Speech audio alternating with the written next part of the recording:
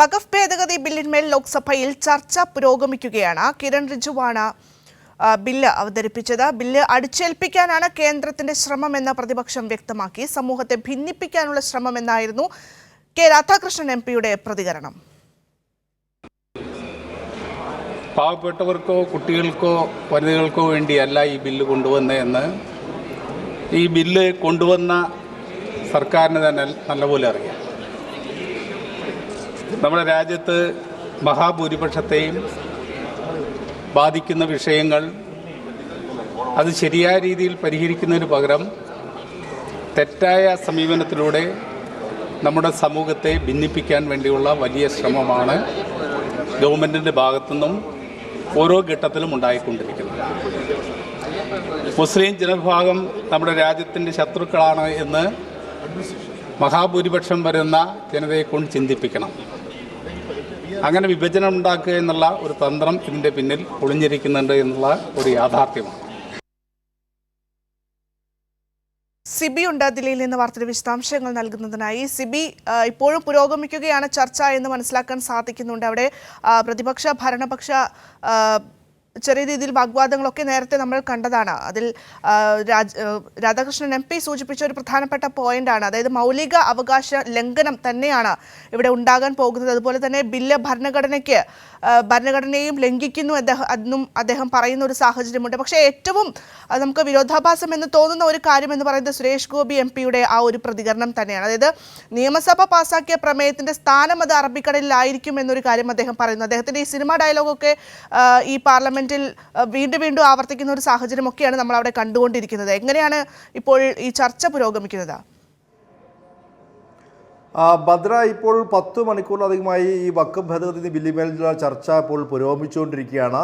എന്തായാലും ഉച്ചയ്ക്ക് 12 മണിക്കാണ് പാർലമെന്ററി കാര്യമന്ത്രി കിരൺ റിജിജു ഈ ഒരു ബില്ല് ലോക്സഭയുടെ മേശപ്പുറത്ത് വെച്ചത്. പിന്നീട് ഭരണപക്ഷവും പ്രതിപക്ഷത്തുമുള്ള അംഗങ്ങൾ ഇപ്പോൾ ചർച്ച ചെയ്തുകൊണ്ടിരിക്കുകയാണ്. ഇതിൽ ഏറ്റവും പ്രധാനമായും ഭരണപക്ഷം ഉയർത്തിക്കാട്ടുന്നത് ഈ ബില്ല് ന്യൂനപക്ഷങ്ങൾക്ക് വേണ്ടി അല്ലെങ്കിൽ മുസ്ലിം വിഭാഗത്തിന് വേണ്ടിയുള്ള ബില്ലാണെന്നും അവരുടെ തന്നെയും സംരക്ഷിക്കാൻ വേണ്ടിയുള്ള ബില്ലാണെന്നും ഇപ്പോൾ കിരൺ റിജിജുവും അമിത്ഷായും യും അവകാശപ്പെടുന്നു. മാത്രമല്ല, ഈ വഖഫ് ഭേദഗതി ബില്ല് എന്ന് പറയുന്നത് ഇതിൻ്റെ ഒരു ഭേദഗതി കൊണ്ടുവരാനുള്ള കാരണം തന്നെ ഈ വഖഫ് സ്വത്തുക്കൾ നിയന്ത്രിക്കുക എന്ന ലക്ഷ്യം വെച്ചുകൊണ്ടാണെന്നും കിരൺ റിജിജു വ്യക്തമാക്കി. ഇത് ഭരണഘടനാ വിരുദ്ധമല്ല ഈ ബില്ലെന്നുള്ള അവകാശവാദമാണ് അമിത്ഷായും ഉന്നയിച്ചത്. എന്നാൽ പ്രതിപക്ഷം അതിശക്തമായി തന്നെ ഈ ഒരു ബില്ലിനെ എതിർക്കുകയാണ്. പ്രത്യേകിച്ച് ന്യൂനപക്ഷ ആക്രമണമാണ് നടക്കുന്നതെന്നും പ്രതിപക്ഷം ആരോപിക്കുന്നു. അതുകൂടാതെ ഭരണഘടനാ ലംഘനമാണെന്നും ചൂണ്ടിക്കാട്ടുന്നു. കെ രാധാകൃഷ്ണൻ എം പി അദ്ദേഹം ലോക്സഭയിൽ ഈ ചർച്ചയിൽ മറുപടി പറഞ്ഞുകൊണ്ട് അദ്ദേഹം പ്രധാനമായും പറഞ്ഞത് സമൂഹത്തെ ഭിന്നിപ്പിക്കാനുള്ള ഒരു നീക്കമാണ് കേന്ദ്ര സർക്കാരിൻ്റെ ഭാഗത്തും ഉണ്ടാകുന്നത്. മാത്രമല്ല, ഈ മുസ്ലിം വിഭാഗം രാജ്യത്തിൻ്റെ ശത്രുക്കളാണെന്ന മഹാഭൂരിപക്ഷം ആളുകൾ കൊണ്ടും ചിന്തിപ്പിക്കുന്ന രീതിയിലേക്ക് ഒരു ചിന്ത ഉണ്ടാകാൻ വേണ്ടിയാണ് ഈ ബില്ല് കൊണ്ടുവന്നത്. മറ്റേതെങ്കിലും സമുദായങ്ങൾക്ക് പേരിൽ ഇത്തരത്തിലൊരു നടപടിയുമായി കേന്ദ്ര സർക്കാർ മുന്നോട്ട് പോകുമോ എന്നും അദ്ദേഹം ചോദിക്കുകയുണ്ടായി.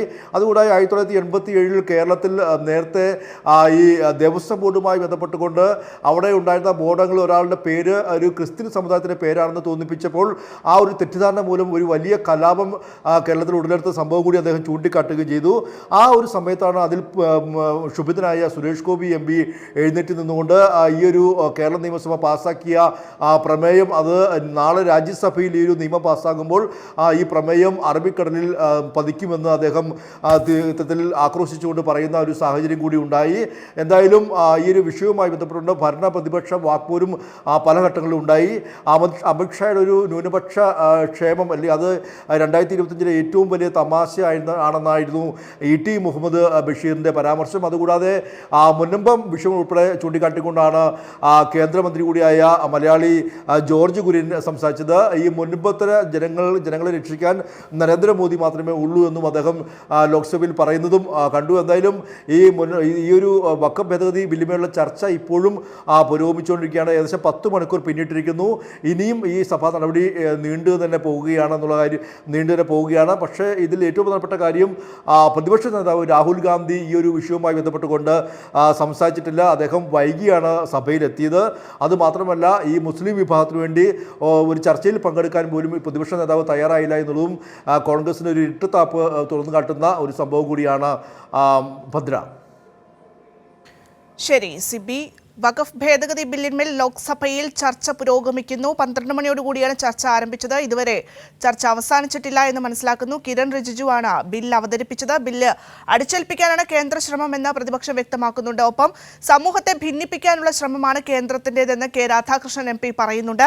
ബില്ല് ഭരണഘടന അതുപോലെ തന്നെ മൗലികാവകാശങ്ങളുടെയൊക്കെ ലംഘനമാണ് എന്നും അദ്ദേഹം കൂട്ടിച്ചേർക്കുന്നുണ്ട്. ശരിക്കും പറഞ്ഞാൽ ഒരു ഭരണ പ്രതിപക്ഷ വാഗ്വാദം തന്നെയായിരുന്നു അല്പസമയം മുമ്പ് നമ്മൾ പാർലമെന്റിൽ കണ്ടത്. സിബിയാണ് വാർത്തയുടെ വിശദാംശങ്ങൾ നൽകിയത്.